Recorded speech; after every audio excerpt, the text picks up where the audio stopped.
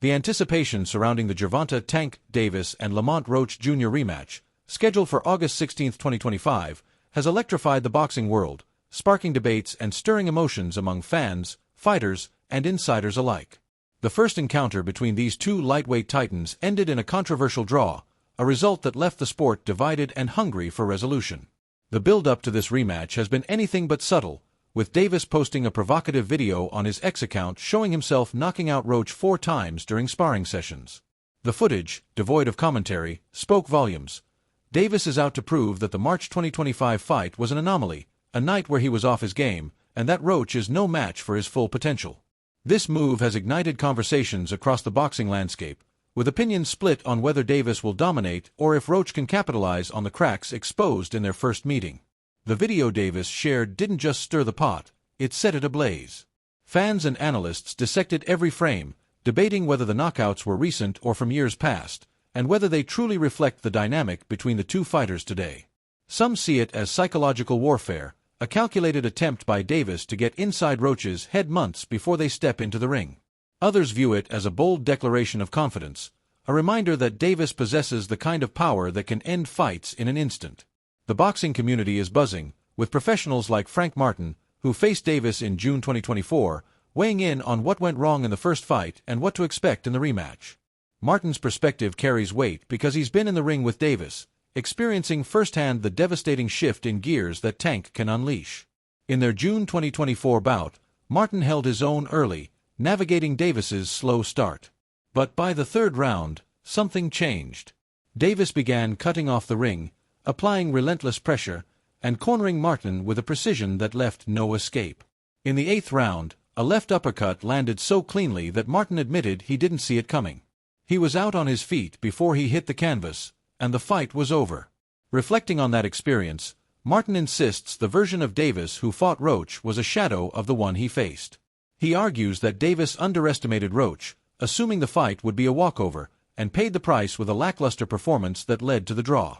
Martin's analysis paints a picture of a fighter who didn't fully engage in March. He believes Davis fought with a casualness that allowed Roach to hang in there, matching him in exchanges, landing counters, and even backing him up at times. The scorecards reflected a close fight, with many observers believing Roach did enough to edge out a victory, though the official result was a draw. Martin's take is clear. The closeness wasn't because Roach exposed some fundamental flaw in Davis's game, but because Tank didn't flip the switch that makes him one of the most feared punchers in the sport. For Martin, the rematch is a chance for Davis to correct that mistake, to come in focused and remind everyone why he's considered a generational talent. The narrative around the first fight has been complicated by moments that linger in the boxing world's collective memory.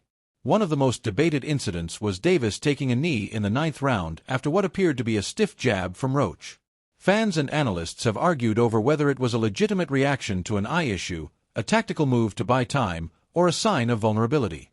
Davis later claimed there was grease in his eye, a statement that drew skepticism from some, including Martin, who was ringside and noticed Davis wiping his eyes after specific punches. The moment has become a lightning rod for criticism, with detractors using it to question Davis's resilience and supporters dismissing it as a minor hiccup in an otherwise dominant career. Roach, for his part, has embraced the underdog role while quietly preparing for the biggest fight of his career. He's not just sitting idly by, waiting for August.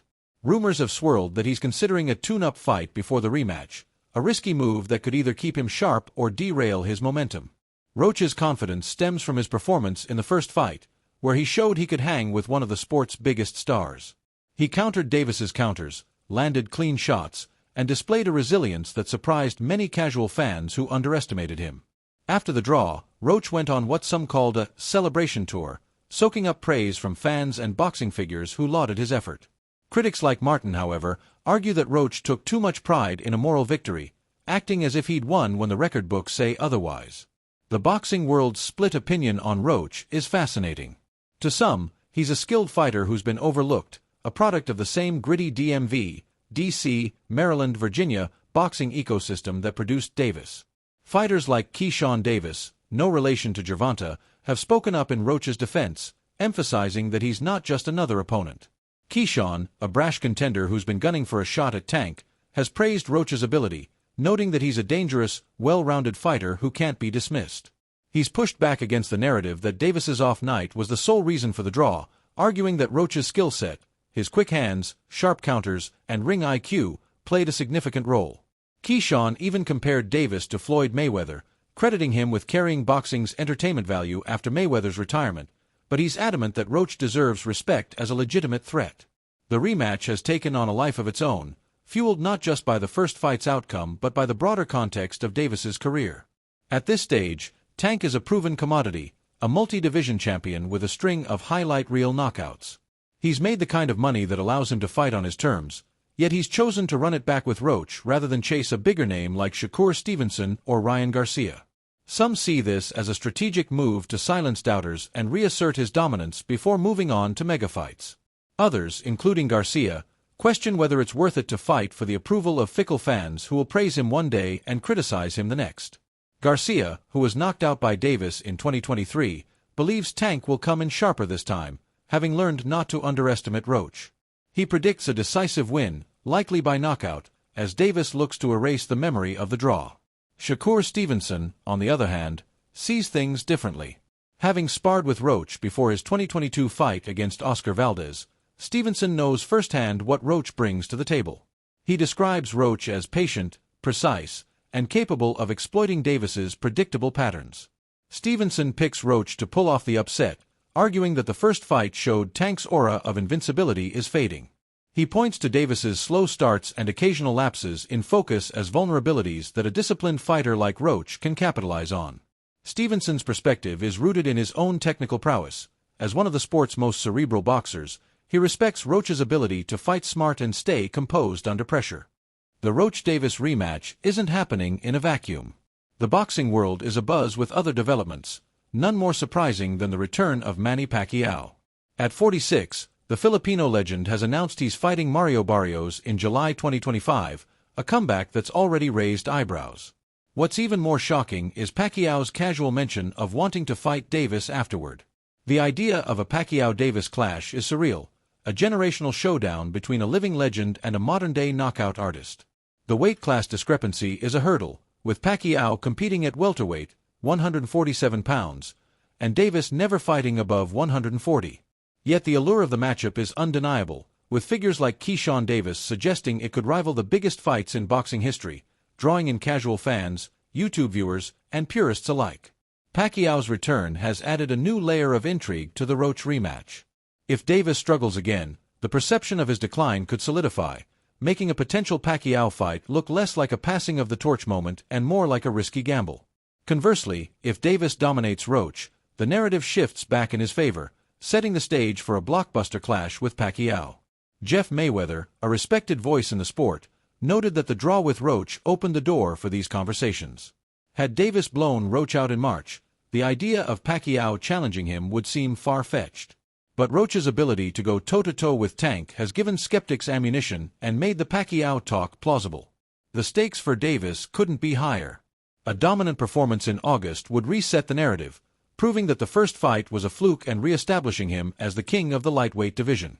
A struggle, however, could shift the conversation permanently, with questions about his focus, preparation, or even his prime becoming harder to dismiss. Boxing is a sport where perception matters almost as much as results, and once doubts creep in, they're difficult to shake. Davis seems unfazed, though. His decision to post the Sparring Knockouts suggests a fighter who's calm, confident, and eager to remind everyone of his destructive potential. Whether the footage is recent or old, its message is clear. Davis believes Roach hasn't seen the best of him yet. Roach, meanwhile, is preparing with the intensity of a man who knows this is his shot at greatness. He's been vocal about his belief that he won the first fight, and he's determined to leave no doubt this time. His training camp is reportedly grueling, with a focus on sharpening the skills that made him competitive in March: his speed, counterpunching, and ability to stay composed under pressure. Roach's team is aware of the psychological game Davis is playing with the sparring video, but they're not biting. Instead, they're emphasizing that Roach has grown since the first fight, both as a fighter and as a tactician. The lightweight and super featherweight divisions are a shark tank, with names like Shakur Stevenson, Ryan Garcia, and Keyshawn Davis all circling, each with their own agendas and aspirations. Stevenson wants a shot at Davis to prove he's the best technician in the sport. Garcia, still stinging from his loss to Tank, is rooting for a decisive Davis win to avoid any comparisons to Roach. Keyshawn, ever the provocateur, sees the rematch as a chance for Roach to shake up the division and open doors for others. And then there's Pacquiao, the wild card whose return has injected a dose of unpredictability into the mix. For fans, the rematch is a chance to see whether Davis can reclaim his untouchable status or if Roach can pull off one of the biggest upsets in recent memory. The first fight wasn't a barn-burner in terms of action. CompuBox stats show neither fighter threw a high volume of punches, but it was compelling for its tension and the unexpected competitiveness. The rematch promises to be different, with Davis likely to come out aggressive and Roach determined to prove he's no fluke. The boxing world is watching, waiting to see which version of Tank shows up and whether Roach can build on his moral victory for March.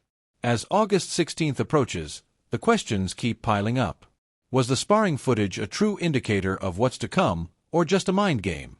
Has Roach improved enough to exploit Davis's slow starts again? Will Davis come in with the intensity he showed against Martin, or will he underestimate Roach once more? And looming over it all is the specter of Pacquiao, a fight that could redefine Davis's legacy if it materializes.